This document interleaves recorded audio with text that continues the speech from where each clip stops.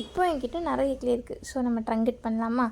ஆனால் அதை பண்ண நம்ம என்ன பண்ணுவோம், ஒரு செயினோ அல்லது ரிங்கோ அந்த மாதிரி வச்சு லுக் காட்டுவோம். பட் நான் வந்து டிஃப்ரெண்ட்டாக லோட்டஸ் வச்சு லுக் காட்டியிருக்கேன். இப்போது ஃபஸ்ட்டு வந்து அதை ரவுண்டாக பரத்தி எடுத்துக்கலாம். அப்புறம் வந்துட்டு நம்ம ஃபர்ஸ்ட் வந்து அது பண்ணும்போது தண்ணி வச்சு நல்லா அங்கே இங்கே வந்து ஃபுல்லாக பிளெண்ட் பண்ணி எடுத்துடணும் அதில்.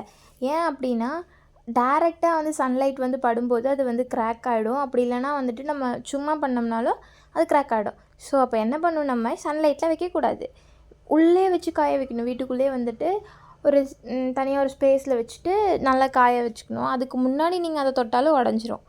என்னமோ யாருக்குமே தெரியாத மாதிரி இதுக்கு நான் ரொம்ப தெளிவு கொடுத்துட்ருக்கேன். பட் என்ன அப்படின்னா சன்லைட்டில் வைக்காதீங்க. இதை சொல்கிறதுக்கு தான் நான் வளன்னு ஏதோ லெசன் எடுக்கிற மாதிரி பண்ணிகிட்ருக்கேன். அப்புறம் வந்து நல்லா ஃபுல்லாக தேய்ச்சி கொடுத்துட்டேன். எனக்கு இதில் இன்னொன்று என்னென்னா, நான் பின்னாடி திருப்பி போட்டு இது பண்ணலை. அதனால் பின்னாடி ஃபுல்லாக வந்து செட் ஆகலை. ஒரு மாதிரி ரெண்டுமே வந்து கனெக்ட் ஆகலை.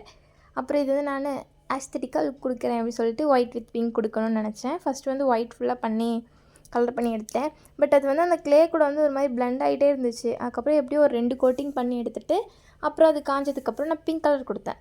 அதை என்ன ஒயிட் கலருக்கு மேலே கொடுக்குறனால லைட் பிங்க் மாதிரி தெரிஞ்சிச்சு. அப்புறம் அதுவுமே செகண்ட் கோட்டிங் கொடுத்தேன்.